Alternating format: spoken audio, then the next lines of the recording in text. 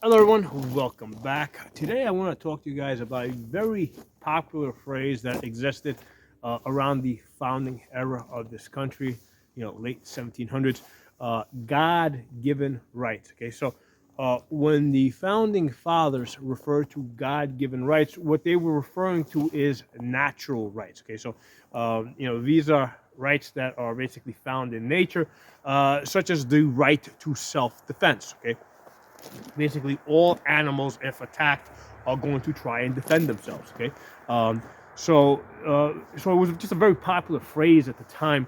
Um, it's questionable as to how religious some of the founding fathers were. Okay, some of them would have been very religious. Some of them would have been kind of mediocre.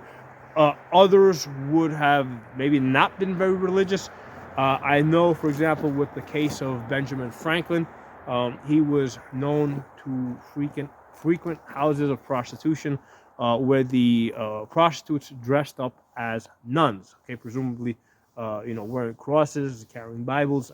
So I don't know how religious Benjamin Franklin was. Okay, so when they said God-given rights, that was just an eloquent way of saying natural rights, right? Rights that are found in nature. And the idea was that a lot of the founding fathers believed that a Bill of Rights was not necessary because these rights, such as freedom of speech, freedom of religion, freedom of against unwarranted searches and seizures, freedom against cruel, unusual punishment. A lot of them argue that a Bill of Rights is not necessary because it's kind of obvious, right, that these natural rights exist, and we can all be grateful that they erred on the side of caution, and that they ended up giving us a Bill of Rights. Right? Because without a Bill of Rights, I am 100% certain that today most of us would be serfs or slaves. Okay, um, so I'm really glad that they aired on the side of caution. So a lot of times when I'm talking to people, right, I avoid the phrase God-given rights because it's just not something that they are used to, and it basically it's just one more obstacle that I have to deal with to get my message across. So instead of using the phrase God-given rights, I will refer to natural rights, the natural right of self-defense, which basically applies in any century. So the Second Amendment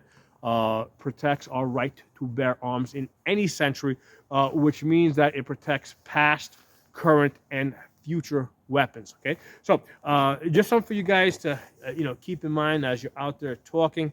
A lot, especially if you're online trying to talk with the anti-gunners, because if you bring up the phrase of God-given rights, it basically distracts from the mission, right? Because now all of a sudden say, hey, exactly where in the Bible does it say that you have a right to a gun?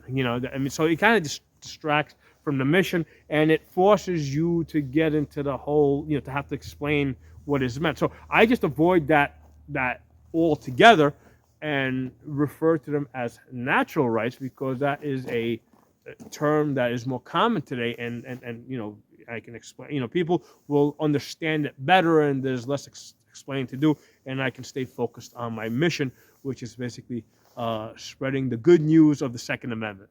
Thanks for watching. I'll talk to you all soon.